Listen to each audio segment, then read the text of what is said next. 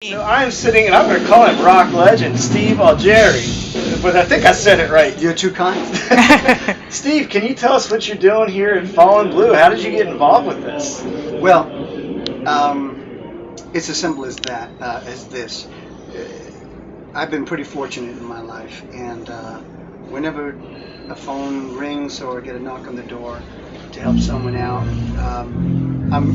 they usually have my ear, and it seemed like a pretty great organization. I grew up next to a police officer, Mike the Cop, we'll call him. And Mike had a special place in our hearts, as did police in general growing up. I grew up in Brooklyn, New York, and we always held them in high regard.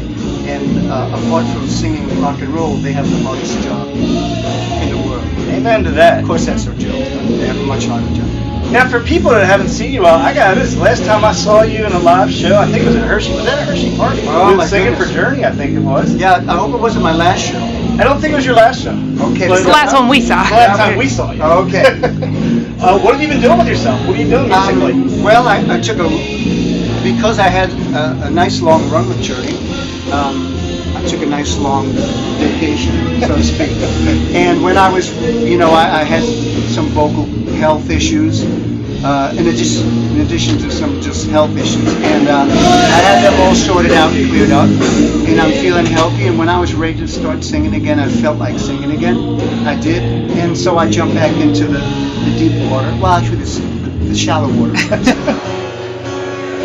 Those crazy nights.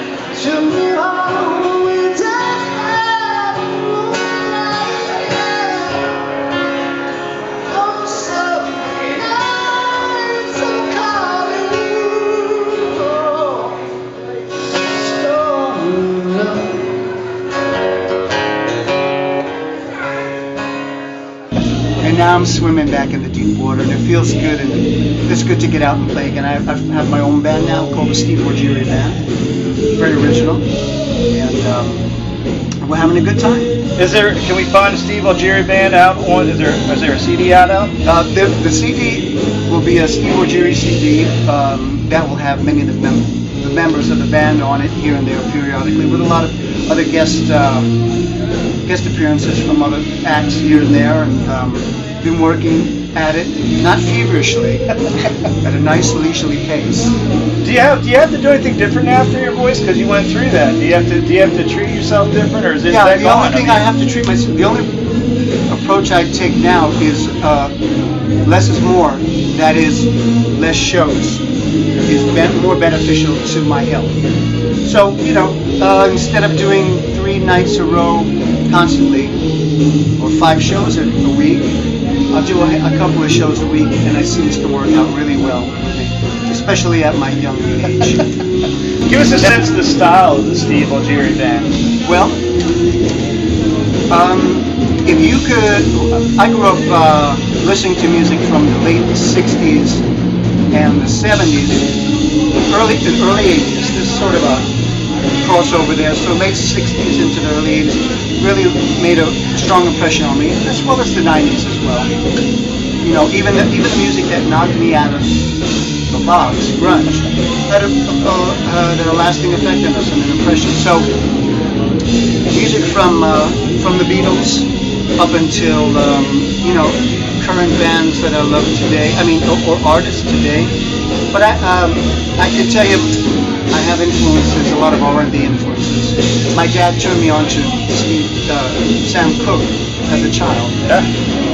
So that was my connection with Journey and Steve Perry was a big Sam Cooke fan, so we had this thing in common. And when you marry that with a rock and roll guitar, you know, you kind of get this, I guess they call it white-eyed soul, or, you know, that whole English thing that happened with Led Zeppelin and great bands like The Who and stuff. And those are the guys that I grew up with and really left an impression on me. And that was the kind of rock and roll I wanted to make.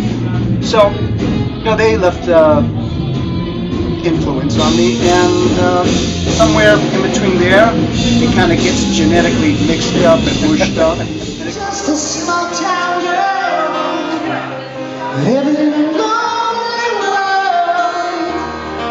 She took the midnight train going anywhere. Just a single boy, born and raised inside Detroit. She took the midnight train going anywhere. Baltimore tonight. Now, last question. What is the biggest difference in a rock show today from the 80s? The 80s? Yeah, going all the way back. What's the big All the way difference? back, the 80s? Wow. I go a lot, I take you a lot further back, but I'll tell you what. How's it evolved? What's different now when we go to a show? My very first rock and roll show was a band called Humble Pie. I know who they And are. that was I want to say it was 73. And later that month, I think I saw Kiss. Their second album had not been released yet. So for a little snot-nosed kid to go out into that feeling of, oh my God, it's electric. There's electricity in the air. And I'm getting goosebumps thinking about it. Literally because Literally, I can see it. Yeah. that's why I got into this business, because it was it really turned me on, to use that expression. And now I see kids getting that excited about their new bands and their music today. And some things never change. You know, they did it back in you know, the 20s, the 30s, the 40s, up until now. And I just think what I'd like to see more of is just kids writing and playing and doing their thing, as opposed to following trends, you know. Yeah. So I think that's one thing the 60s had over everything. Awesome. You know, so maybe I'd like to see a lot of more people breaking ground and cutting, you know, new cloth and you know, breaking barriers. We'll leave that to the new generation. Yeah. As for us old timers, we're going to rehash it. We're going to make it feel comfortable with our audience. Hey, I want to thank you for spending time with us, and I know Fall Blue thank you for being here tonight, man. You know what? They're great guys, and the little bit that we can help, we're always here. Steve Algieri, folks. Algieri. Still get.